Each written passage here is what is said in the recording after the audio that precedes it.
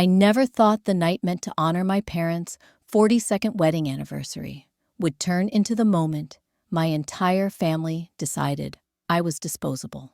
Imagine a backyard strung with golden lights, tables covered in white cloth, neighbors chattering over glasses of Oregon Pinot Noir.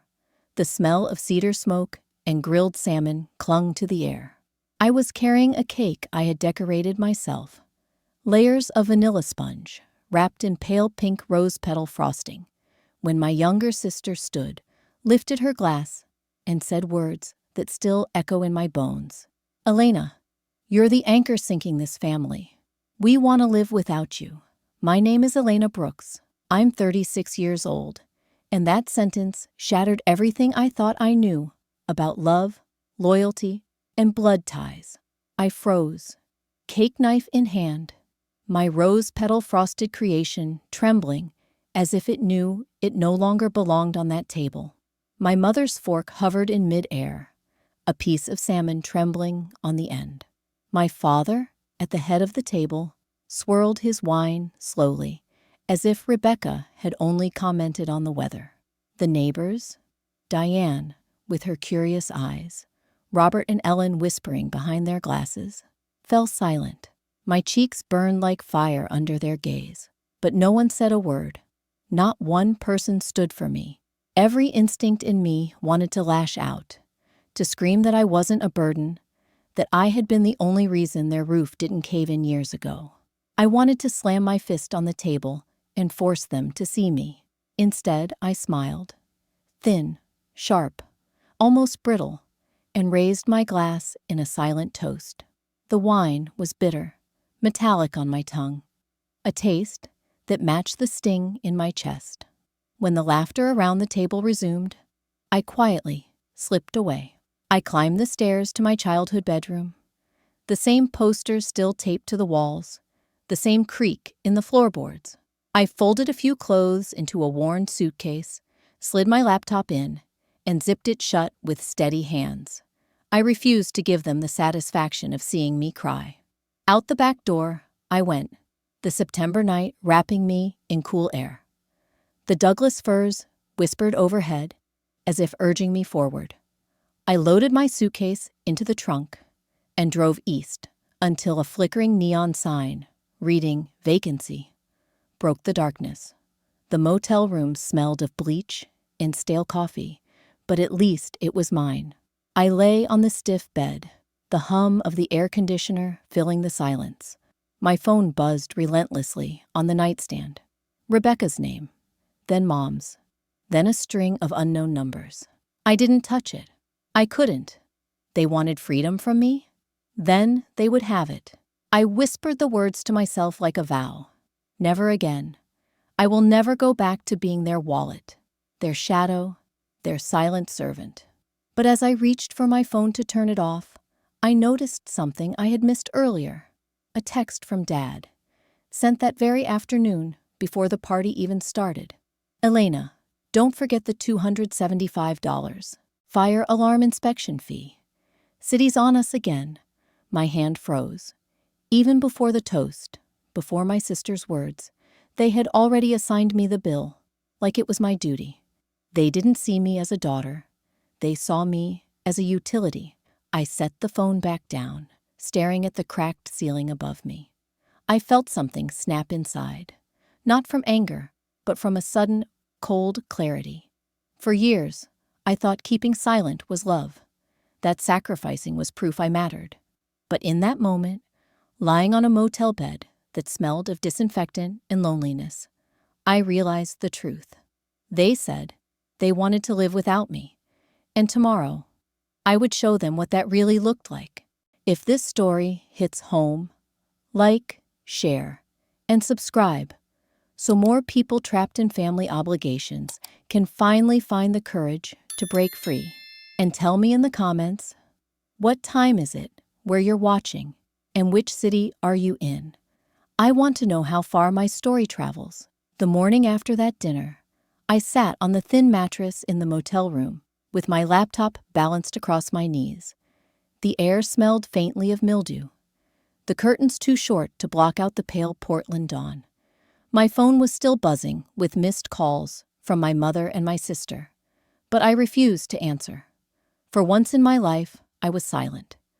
No explanations, no apologies, no quick fixes, just silence. But silence leaves space for memory. 4 years ago, I was still the proud owner of a small shop on Alberta Street called Thistle Vine. It wasn't glamorous. It was late nights, surrounded by tulips, marigolds, and lilies, my hands stained green, my back aching. Yet it was mine, bought with every spare dollar I saved from waitressing and side jobs. Customers trusted me to make their weddings bloom. For a while, I felt like I had carved out my place in the world. Then came the call from Dad. His voice was heavy with shame. "We're behind, Elena.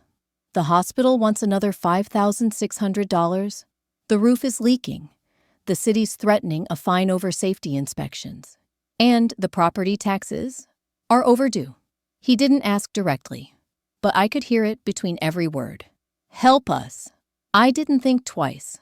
I sold my store, took the $132,500 from the sale, and cleared their debts. I paid the contractors who fixed the roof. I wired money to the hospital. I set up automatic transfers so the utilities wouldn't lapse. I told myself it was just for a year, maybe 2. But 2 years became 4.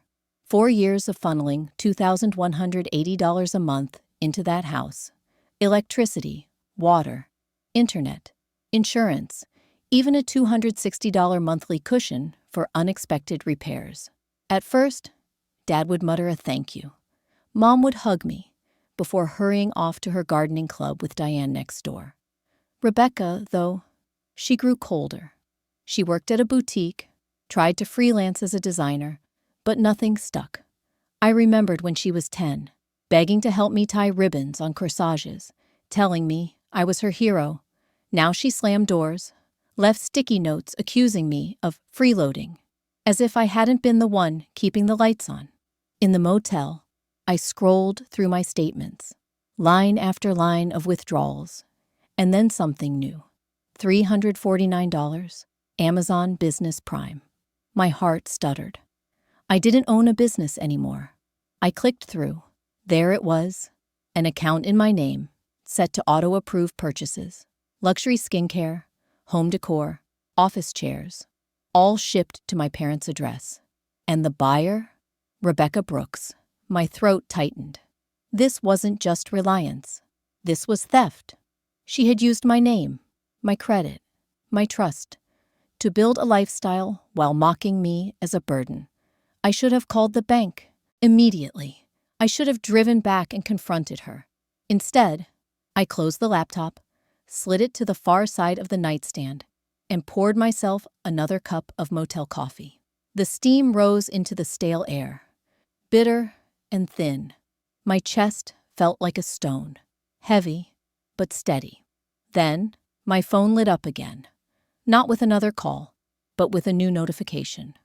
Your Amazon business order has shipped. Estimated delivery, Tuesday, 11:45 a.m. I stared at the screen, my hand trembling now.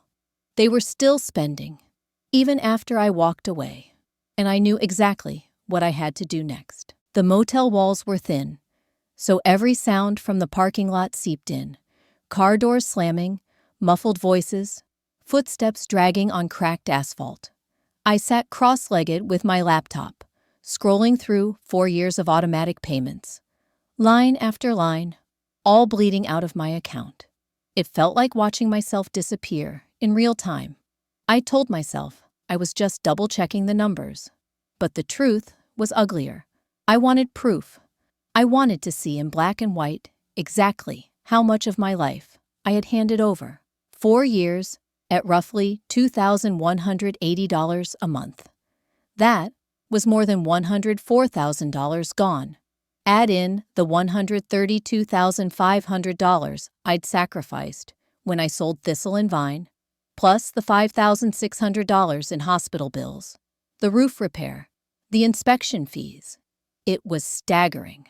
I had paid the price of their comfort. with my dreams. That clarity burned hotter than my sister's words ever did. I realized silence hadn't been love. It had been surrender. By afternoon, I couldn't stand staring at those numbers anymore. I packed up my laptop, checked out of the motel, and drove across town to the cozy bungalow of my friends, Noah and Priya Patel. They were the kind of people who never asked me to prove my worth, who simply put a cup of coffee in front of me and let me sit in their kitchen like I belonged. Noah frowned when he saw me at the door. "You look like you haven't slept in days." "I haven't," I admitted, wheeling in my suitcase. Priya set down a plate of blueberry muffins. She didn't ask questions, just placed her hand on my shoulder and said, "Eat first. Talk later." That night, after they went to bed, I opened my laptop again. I started calling every company whose name showed up on my statements. Electricity, water, internet, insurance. Each time I said, "Cancel effective next billing cycle," and demanded a confirmation number. I wrote every code down in a notebook. For once, I wasn't letting anyone tell me I was responsible without proof. By midnight, I felt lighter. Every click of cancel was a thread cut from the web that had trapped me. I could breathe again, but then came the shock. When I reached the line labeled home insurance, $418, I noticed something strange. My name wasn't just listed as the payer. It was filed as the primary policyholder. If the roof collapsed, if there was a fire, the liability would land on me. My chest tightened. They hadn't just leaned on me. They had put me directly in legal danger. I called the insurance company immediately. The rep on the line confirmed it. "Yes, Miss Brooks, the policy was switched to your name 2 years ago. Do you authorize us to continue?" My voice didn't shake. "No, I don't authorize anything. Remove me from the account. Effective today, I sent the forms, signed, scanned, and stamped with a digital trail. I was shutting every door, one by one. I closed the laptop with a firm snap, feeling the silence of the house press in. Just then, my phone vibrated again. A number I didn't recognize. I hesitated, then answered. "Miss Brooks, this is Henry from Rosewood Repairs. I just wanted to confirm where to mail the check for the gutter job. We've already cut it in your name." My breath caught. A check? In my name? They had used me, not only for payments, but to funnel reimbursements, too. I whispered, "Send me a copy of that check." And when he agreed, my pulse quickened. If that envelope really arrived, it wouldn't just be evidence of betrayal. It would be ammunition. And I suddenly knew I wasn't done. When I woke up at Noah and Priya's place, sunlight spilled across their kitchen table. The smell of chai drifted from the stove, while Priya hummed under her breath, slicing fruit with calm precision. For the first time in years, I felt like I could breathe without checking a bill or waiting for someone to call my name. But the illusion of peace shattered the moment my phone lit up with Rebecca's name. I let it buzz twice before answering. "What do you want?" I asked. Her voice shot through the speaker, sharp as broken glass. "The Wi-Fi's down. I can't submit my design files. Mom is crying because the electric company left a $295 shutoff notice on the door. Turn everything back on." Now I stared out the window at the quiet street. Kids pedaled past on bikes, free and laughing. "You told me you wanted to live without me," I said evenly. "This is what that looks like." "You're being dramatic," Rebecca snapped. "You've always made everything about you. Just stop playing games and fix it. Fix it." As if my life's worth could be measured in autopay transactions. I hung up without another word, my hand steady even as my stomach twisted. An hour later, Mom called. I almost ignored it, but guilt clawed its way through. Her voice trembled, softer than I'd heard in years. "Elena, sweetheart, please. The fridge isn't running. I can't store my medication. Your father can't get mower jobs without the internet. Rebecca's trying, but it's hard. Just until we get back on our feet, her words pierced deeper than Rebecca's insults. She was my mother, the woman who once knelt in the soil beside me, teaching me how to tuck tulip bulbs into the earth. And yet, she had sat silent while my sister announced to a roomful of strangers that I was nothing. I swallowed. Mom, I paid for that house for 4 years. I sold my business for $132,500 to save it. I covered every bill: electric, water, insurance, repairs. Rebecca said you'd be better off without me, and you didn't disagree. So I'm giving her what she asked for. There was only the sound of her breath on the line. Finally, she whispered, "She didn't mean it. You know how she gets." Maybe she didn't. Or maybe she did. Either way, I was finished playing savior. "I'm not coming back," I said quietly. "Not until Rebecca takes responsibility." Then, I ended the call before my resolve cracked. I set the phone down. My chest felt heavy, but there was a strange steadiness, too. Priya touched my shoulder as if she'd heard everything. "Sometimes," she said softly, "love means letting them fall." I wanted to believe her. I wanted to believe I wasn't cruel. But another thought kept gnawing. Was I punishing Mom for Rebecca's sins? I tried to distract myself by helping Priya prep for her garden showcase that evening.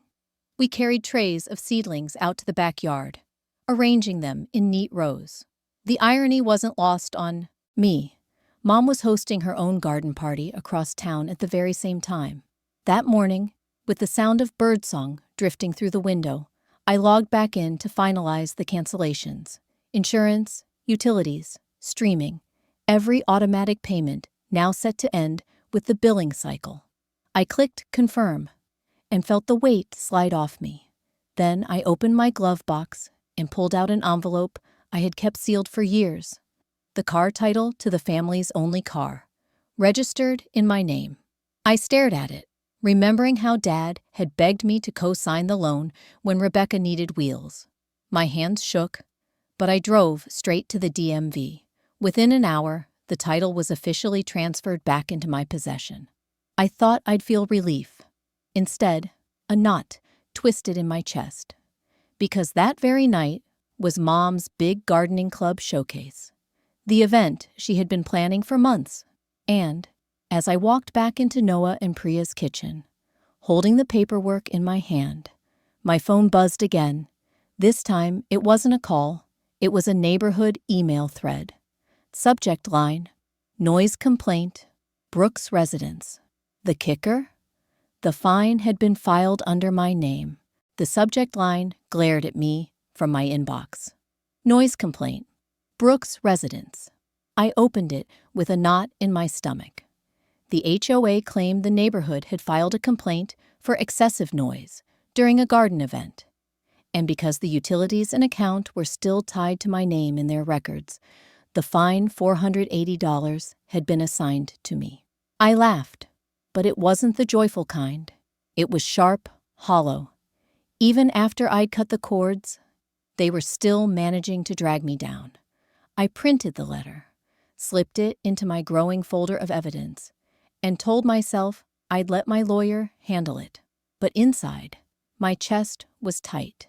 It wasn't just the money anymore. It was the principle. They wanted independence. They would learn what that cost. Days turned into weeks. Rebecca's angry texts grew more desperate before I blocked her number. "You're destroying us. People are talking. Do you enjoy watching us suffer?" Every notification I deleted was a reminder that they still hadn't uttered the one thing I needed to hear. We were wrong. The neighborhood gossip spread faster than wildfire on a dry summer day. Diane from next door cornered Priya at the grocery store, whispering about how the once proud Brooks family was drowning in overdue bills. Robert joked at a block barbecue that he should start charging my dad late fees for fixing his lawnmower. I wanted to laugh, but it came out as a hollow sound. For years, I had been the one covering those costs, and now the truth was visible to everyone. Not just me. Rebecca's perfect image was crumbling. She had been courting a brand in Seattle, promising she could deliver a full line of designs if they advanced her $9,800. But when the internet shut down, she missed the deadlines. The brand pulled out. By the following week, she was working a night shift at a 24-hour supermarket, stocking shelves and swallowing her pride. I could picture her there, in her designer sneakers, pushing carts under harsh fluorescent lights. A part of me ached for her. She was still my little sister. But then I remembered her voice that night at the table, steady and merciless, and the ache hardened into resolve. One afternoon, Noah came home, tossing his keys on the counter with a frown.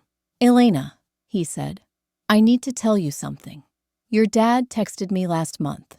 He asked if you were still good for another quarter, like you were a bank account." For a second, I couldn't breathe. Another quarter, like my life had been reduced to financial quarters on their calendar. My stomach dropped, and then, strangely, I felt lighter. It wasn't me who was broken. It was them. I took my notebook, flipped to a fresh page, and wrote the words, "Not my burden," bold letters, underlined twice. That night, as I was helping Priya slice vegetables for dinner, the doorbell rang. Noah came back holding a manila envelope. "Some courier just dropped this off," he said. I opened it with trembling fingers. Inside was a photocopy of a check for $1,920. Reimbursement for a gutter repair job. The name on the check was mine, but the bank stamp showed it had already been cashed. By Rebecca. I stared at the slip, my pulse thundering in my ears. She hadn't just called me a burden. She had signed my name, stolen my money, and smiled through it all. I closed the envelope, slid it onto the table, and whispered, "She's been forging my signature." Priya froze, with the knife still in her hand. Noah leaned back slowly, his jaw tightening.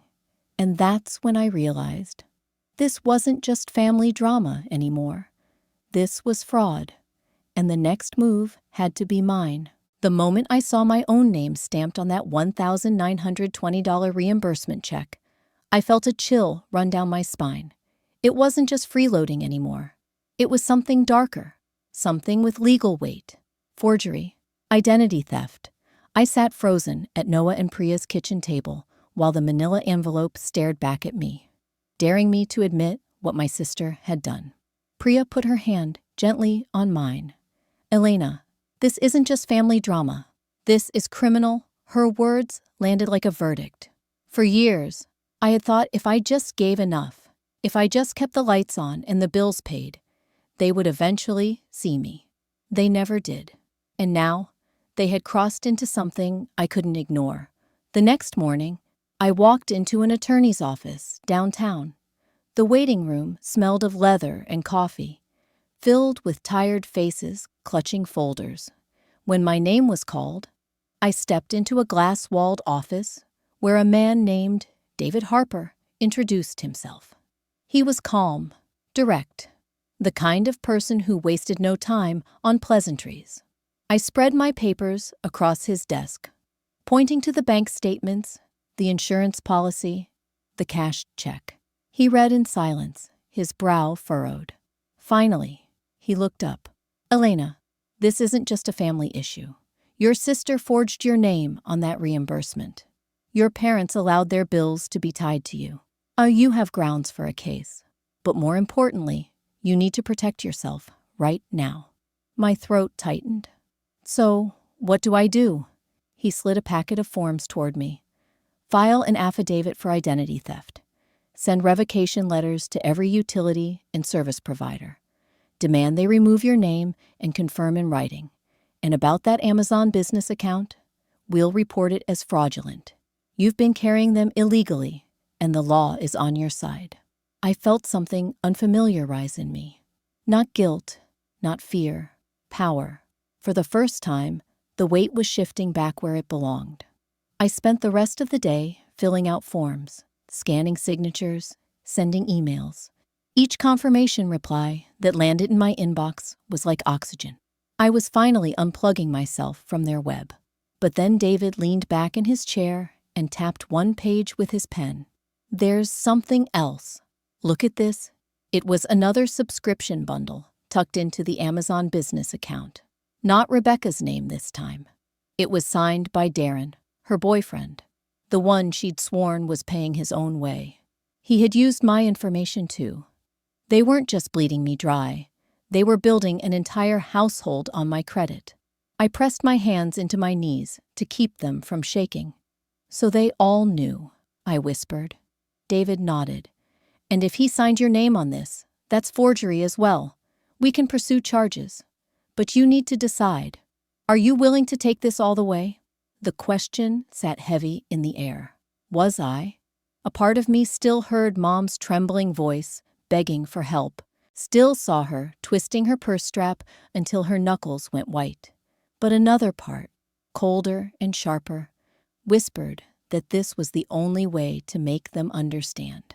That evening, as Priya chopped vegetables for dinner, I sat at the table, staring at the copy of Darren's forged order. Noah leaned against the counter, arms crossed. If you let this go, Elena, they'll never stop. Sometimes the only way forward is to make people face the mess they created. I nodded, but inside I felt torn apart. Was I strong, or was I cruel? Then my phone buzzed again. I unlocked it, half expecting another voicemail from Mom. But instead, a notification blinked at me. Rebecca had posted a long rant on Facebook. She was railing about me, calling me selfish. But halfway through her video, she accidentally revealed her screen. I leaned closer. There it was, her cursor, scrolling through the Amazon business account, my name glowing at the top of the page. While she complained, I had abandoned her. The video had been live for only 10 minutes, and already the comments were flooding in. Neighbors, old classmates, even strangers. And for the first time, the truth wasn't just mine to carry. I stared at the screen, heart pounding, knowing this wasn't the end. This was the beginning of something much bigger. And once the world saw it, there would be no going back. By the time 3 weeks had passed, the silence between me and my family had turned into something heavier than anger. It was a weight that pressed down on all of us. But for once, it was not resting on my shoulders alone. I heard through Diane, the neighbor who never could keep a secret, that my parents' lawn was knee-high with weeds, their mailbox stuffed with unpaid notices. People whispered at block parties, shaking their heads. The Brooks family, once admired for hosting garden events, had become the talk of the neighborhood. Rebecca had taken a night shift at a 24-hour supermarket. I imagined her under the buzzing fluorescent lights, sliding pallets of soda across the floor while pretending not to notice the whispers around her. She had spent years curating an image of a rising designer, talking about her big pitch to a brand in Seattle. But without internet at the house, she missed the deadlines, lost the contract, worth nearly $10,000, and suddenly she was just another tired face in a grocery aisle. Part of me hurt for her. She was still my sister, the girl who used to sneak into my room and braid my hair. But I also remembered her smirk, her voice that night when she told me I was holding everyone back. She had said she wanted a life without me. Well, this was it. Meanwhile, Dad had stopped repairing neighbors' lawnmowers. Without Wi-Fi, he could not get work orders. And even if he did, the neighbors had started avoiding him. Priya told me that Robert had complained publicly about unpaid repair bills, nearly $2,000 worth. My father had taken the tools I bought him and left me to carry the debt. Now everyone knew. Still, I pressed forward with my own life. I signed the lease on a modest studio loft near Laurelhurst Park. The building smelled of fresh paint, not mildew, and the morning light poured in without shame. I set up a small corner with vases and sketch pads, a miniature echo of the shop I once owned, On weekends, I started hosting bouquet workshops. The first Saturday, only 2 women showed up, nervous and quiet. But by the third week, there were 10. I felt myself rising again, petal by petal, like the flowers I once arranged for brides who dreamed of something beautiful. But the universe wasn't done testing me. One afternoon, as I finalized the flyer for my next workshop, the realtor handling my parents' house called. His tone was apologetic. "Elena, I thought you should know. The house is officially going on the market. But there's something strange. The bank records show a reimbursement check from a contractor, about $1,900, already cashed. It was made out to you. The signature on the back. It doesn't look like yours." My throat tightened. That was the second forged check. First the Amazon orders, now this. Rebecca, or maybe even Darren, had signed my name again. And this time, it wasn't just about bills. It was about stealing my identity, my reputation, maybe even my future credit. I thanked him and hung up. My hands trembled as I held the phone.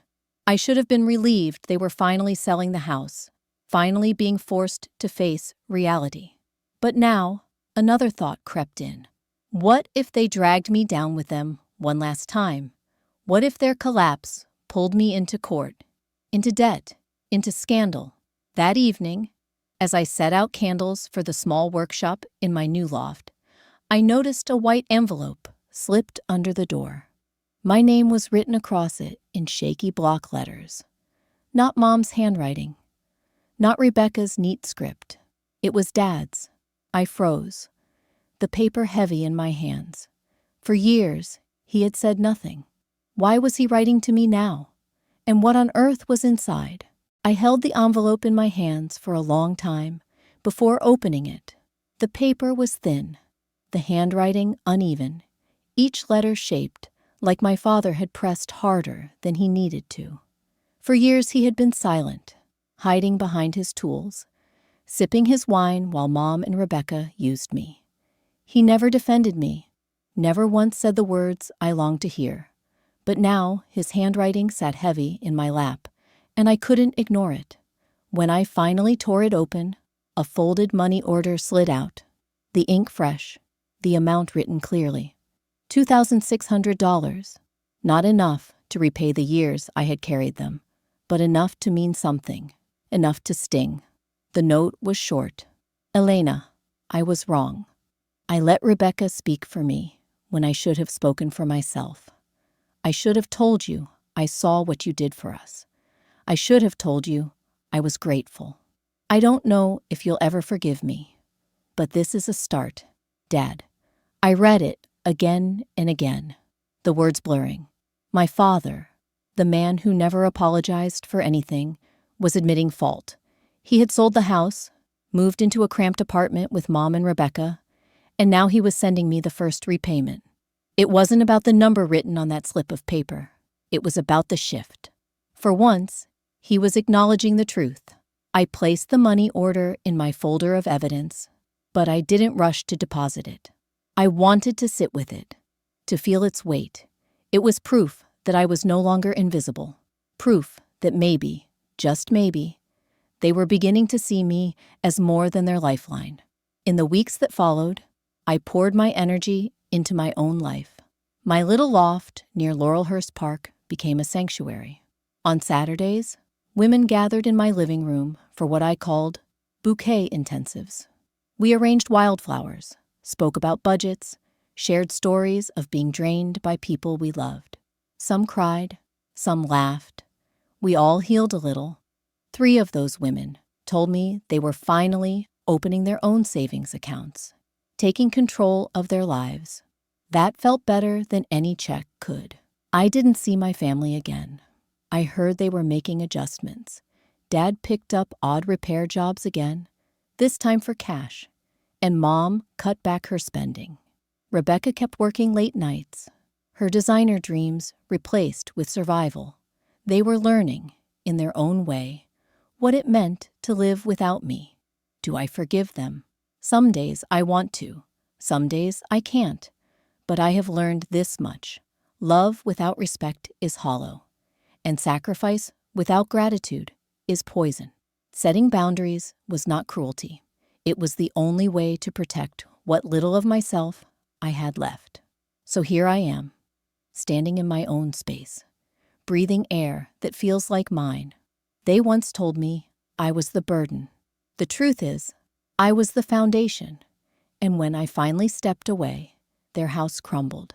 When love finally meets limits, is it cruelty?